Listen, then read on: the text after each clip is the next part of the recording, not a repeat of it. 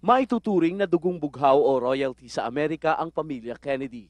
Subalit ang kanilang popularidad ay hindi na hiniwalayan ng trahedya.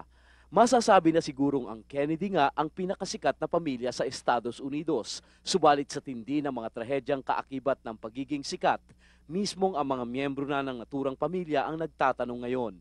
May sumpa ba sa pamilya Kennedy? Si John F. Kennedy Jr., na ikinukonsiderang crown prince ng pamilya Kennedy, ang pinakahuli sa tinamaan ng pinangangambahang sumpa. Sina Joseph at Rose ang puno ng angkan ng mga Kennedy.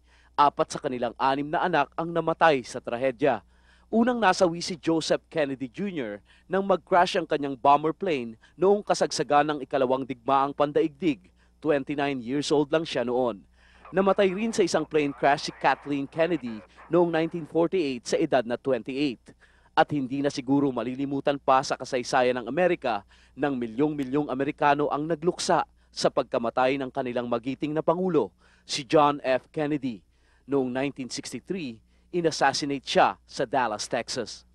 5 taon matapos ang asasinasyon ni JFK, tinapos din ng bala ang political career ni Robert F. Kennedy nang barili naman siya sa isang hotel sa Los Angeles. Napasabak rin sa dugtong-dugtong na trahedya si Senator Edward Kennedy. Muntik na itong mamatay sa isang plane crash noong 1964.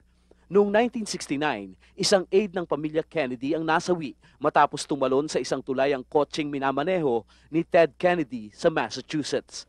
Ang sumunod na henerasyon ng pamilya Kennedy ay dumanas rin ng nakapagtatakang sanga-sangang trahedya. Ang anak ni na Robert at Ethel Kennedy na si David ay namatay sa drug overdose noong 1984. Ang isa pang anak na si Michael ay nasawi naman sa isang skiing accident sa Aspen, bisperas ng bagong taon noong 1997. Matapos ang asasinasyon ni John F. Kennedy, ang kanyang may bahay na si Jacqueline Kennedy Onassis ang nag-aruga kina John Jr. at Carolyn Kennedy. Napanatili niya itong malulusog at ligtas sa panganib. At kahit sumakabilang buhay na si Jackie noong 1994, wala pa ring nakikitang kamalasan o panganib sa buhay ng kanyang mga anak. Hanggang sa magimbal muli ang angkan ng mga Kennedy nang maganap ang pagbagsak ng eroplano ni John Jr.